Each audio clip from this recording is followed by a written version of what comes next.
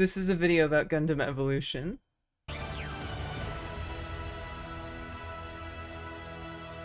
Welcome everybody to my Gundam Evolution video. This will be a quick discussion about it, kind of my thoughts after the first few months of release, and I don't know, the things I think it did right and the things I think it did wrong. So for those of you who don't know, Gundam Evolution is a, class-based, team-based hero shooter that came out in September of 2022 on PC and on consoles just a few months later. It has a objective-based kind of round match system that you'd see in games like Team Fortress 2, Overwatch, or Paladins, and it's very much in that same vein of game. However, one of the things that sets this entry apart from other entries in its genre are that it uses the Gundam IP, so that you can play as mobile suits from that franchise. This game was met with quite a large amount of hype in the Gundam community, with a lot of people excited to see a video game that kind of broke out of the SD Gundam games or the Extreme Versus games that seemed to be the vast majority of what uses the IP these days. The game also had an incredibly robust pre-launch marketing campaign, organizing tournaments with huge big-name streamers like Critical, the variety streamer, Zentraya, the huge VTuber, or Bruce Green, who you might know from like G4 or Funhouse back in the day. So, with such big names drawing people to take a look at this new game pre-release, it's understandable that it launched with quite a respectable population. However, the number has dwindled quite a bit in the following months, ending somewhere around 1K now, according to the Steam charts numbers. The console launch a few months later obviously helped inject a few more players into the player base, but with no crossplay compatibility, it's kind of like it's their own little ecosystem. So what exactly happened with this game to make it simmer down to such a low player level after a pretty astonishing launch? I'll be taking a look at things that I think did or didn't work in this game and why some players may have jumped ship entirely. Before we get started, I feel like I should iterate a bit of bias I may have in making of this video. I really wanted this game to do well. I'm a huge Gundam fan. I've even got the Gundam shirt on and all of the Gunpla in the back there. And I put a not so insignificant amount of time in this game, close to 100 hours now, probably a little over after this video actually comes out. So I did want to see this game do well. With that out of the way, I guess we can move on to the good, the bad, and the ugly of Gundam Evolution. Cue the Western music.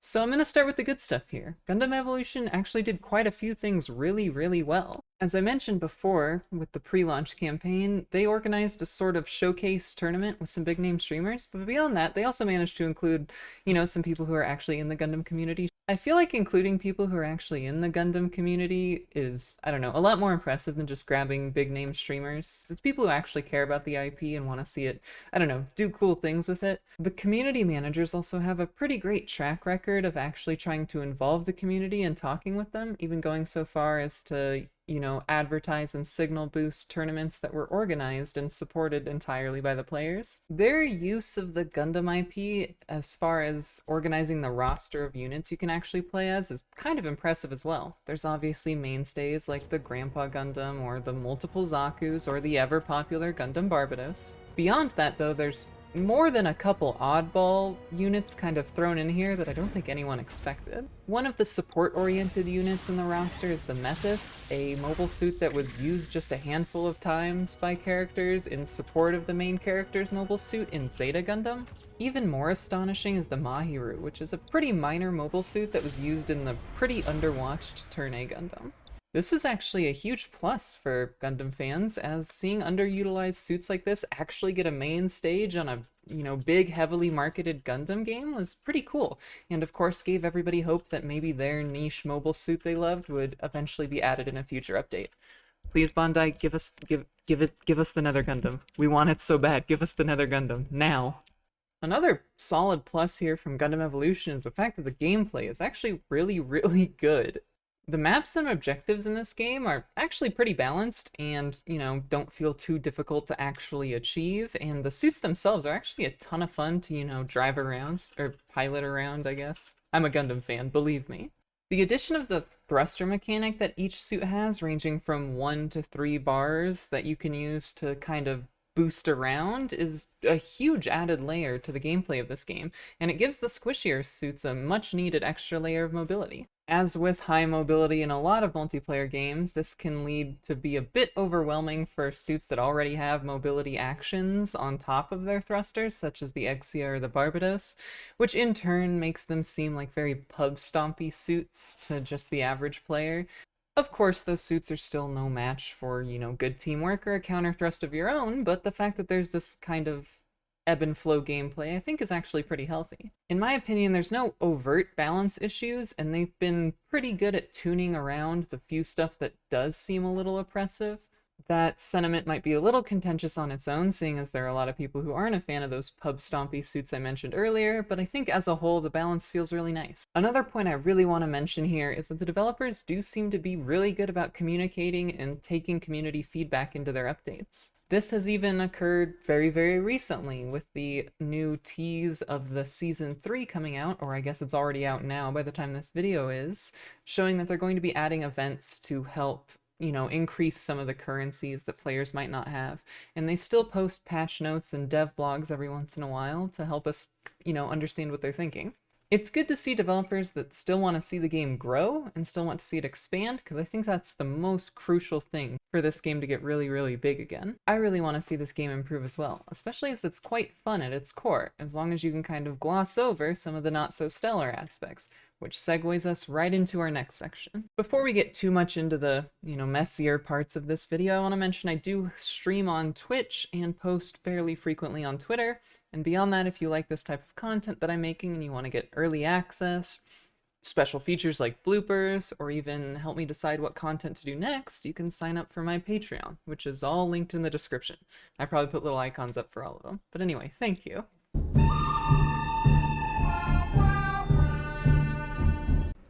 I think one of the first things we need to talk about when we talk about the bad is how you actually gain and level up the battle pass, which just so happens to only come from doing the challenges. The points you get from just doing matches is pretty pitiful. The challenges themselves, while not egregious and normally tally up to just winning matches, playing matches, reviving, or dealing damage, unfortunately also do this thing that modern games have done where they kind of force you into a play style. In Gundam Evolution's case, forces you to pick 4 of the suits available for that challenge out of the entire roster of mobile suits. Personally, I despise it, but it is what it is. The ranking system itself needs quite a bit of fine-tuning, as it's not really terribly fun to grind. On the Season 1 launch on PC, almost everyone started at the exact same rank, around Silver. What this means is that when you queue up for a ranked match, you'll have a huge slew of people that the game will actually choose from, as the rank they're at is probably not super indicative of their actual skill level. Beyond that, the current low populations means you'll likely see matches ranging from, and I had one last week that was Diamond 4 to Gold 2, so quite a large array of ranks that it's actually pulling from there. And like, ranking up would be, oh holy shit, is that a like, look at this, look at these ranks. It's Gold 3 to Diamond 5, like, that's absurd. That's unacceptable. This next point is a lot less influential, but it's a heated topic for me personally. There is a very, very popular mobile suit in the Gundam franchise called the Zaku 2. And this suit is piloted by one of the most popular characters in the franchise, a character whose legacy has kind of transcended to other anime and other media franchises. As you can probably guess, it's the Zaku with the red color scheme. I love this suit. I love this suit so, so much. If I could marry Char Aznable's Zaku 2, I would do it in a heartbeat. Now imagine how happy I was when I learned you can actually get his specific recolor in the game, for just a whopping 4,000 material points. Now, I know I actually haven't talked about currencies yet, so I'm getting a little ahead of myself, but let me briefly put this in perspective. A legendary skin with like crazy finishing, like gold finishing, or a ton of crazy glow is 600 material points. This recolor, with nothing too special on it besides that, is worth 6.5 times a legendary skin. In nearly 100 hours of playing this game, completing the entire Season Pass 1, and getting a ton of the loot supply pod tickets after they, extended the Battle Pass in Season 1, as well as spending about $60 on this game, I have 10% of the credits I would need to purchase this. The other difficulty here being that since the material credits are only obtainable by opening a box and getting duplicates, you can only really get the material by opening a box, which means you have to spend money. Sure, boxes are sometimes rewarded on level up through the season pass, and it has been extended. It used to be nothing after you hit level 100, but now we get a few more levels for us to grab the little supply boxes after we max out the battle pass. But it's still nowhere near what we would need for this kind of skin to be acquirable. I've never once seen it in game, and the only thing I've ever heard of someone acquiring one of these, I do want to mention there are 3 of these now. There's a Barbados skin and a Pale Rider skin that are also 4,000 credits for minor changes. The only time I've heard of anyone acquiring this is a Japanese streamer who allegedly spent 60,000 yen to get enough boxes to get enough material credits to eventually purchase this skin. Obviously, if you're saving up for something that costs this much material credits, you might as well kiss getting any of the other skins or MVP things, purchasing any of those. Just kiss that goodbye. You're not going to be able to do anything while you're saving up for this. This sucks, Bandai. This sucks for me specifically, who loves this suit, but it's crazy to me that you would leave these out, these kind of, I don't know, capstone popular designs of your mechs, and just leave them completely unattainable by the vast majority of your player base. Just make it attainable at all. Maybe, you know, by getting 100 MVPs in matches with the Zakuto or something. In any case, everything I've brought up in this section is, well, just a nitpick. Material cost of some of the, like, special skins obviously are an issue of monetization, which is something we'll be talking about a little bit more now.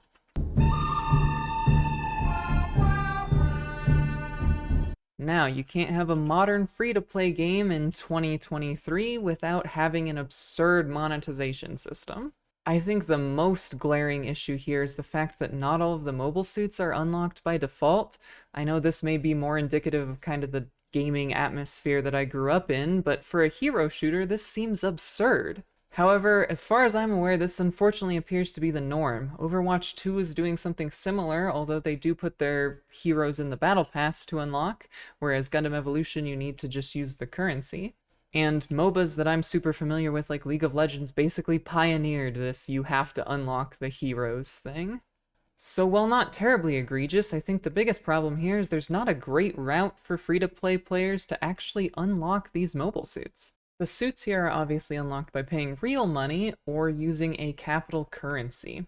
So how exactly do you get the capital points to unlock these suits? Is it by, you know, playing the game and eventually if you play it enough you'll be able to unlock the suits? No, absolutely not. What a ridiculous sentiment. The only way you can acquire these points is by leveling your battle pass to level 58, which is over halfway through the track, and that will give you enough currency for 1 mobile suit, or you can do the beginner challenges once, which takes 7 days of straight login plus added challenges on top of that to unlock once again enough currency for 1 mobile suit.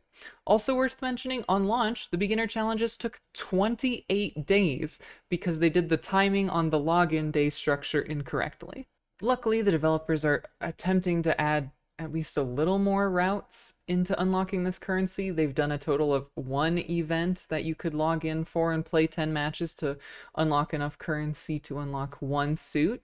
So let's do a little math here. We've had 2 season passes, which gives enough currency for 1 suit each. We've had 1 set of beginner challenges, which gives enough currency for 1 suit, and 1 event, which gives enough for 1 suit, which puts us at a total of 4 unlocked suits out of a total 6, which means you can only get 2/3 of the roster if you've been playing from launch and didn't miss an event and didn't miss a battle pass.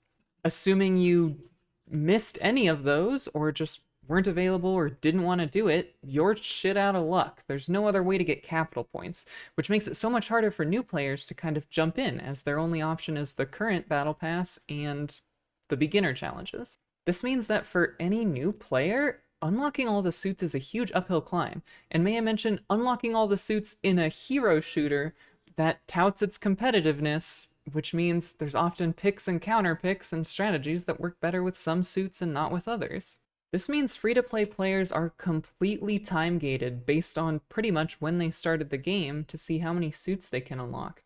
assuming that when Season 3 rolls around, they do add another event to get currency, you'll be able to unlock 6 of the 7 available units at that time, which means even if you played for the full 6 months since launch, you still won't be able to unlock every suit in the game, and there's no way for you to even approach that. I know money making is what really paints the gaming hemisphere currently, but it is just such a bummer to see free-to-play players kind of left out in the dust for this game.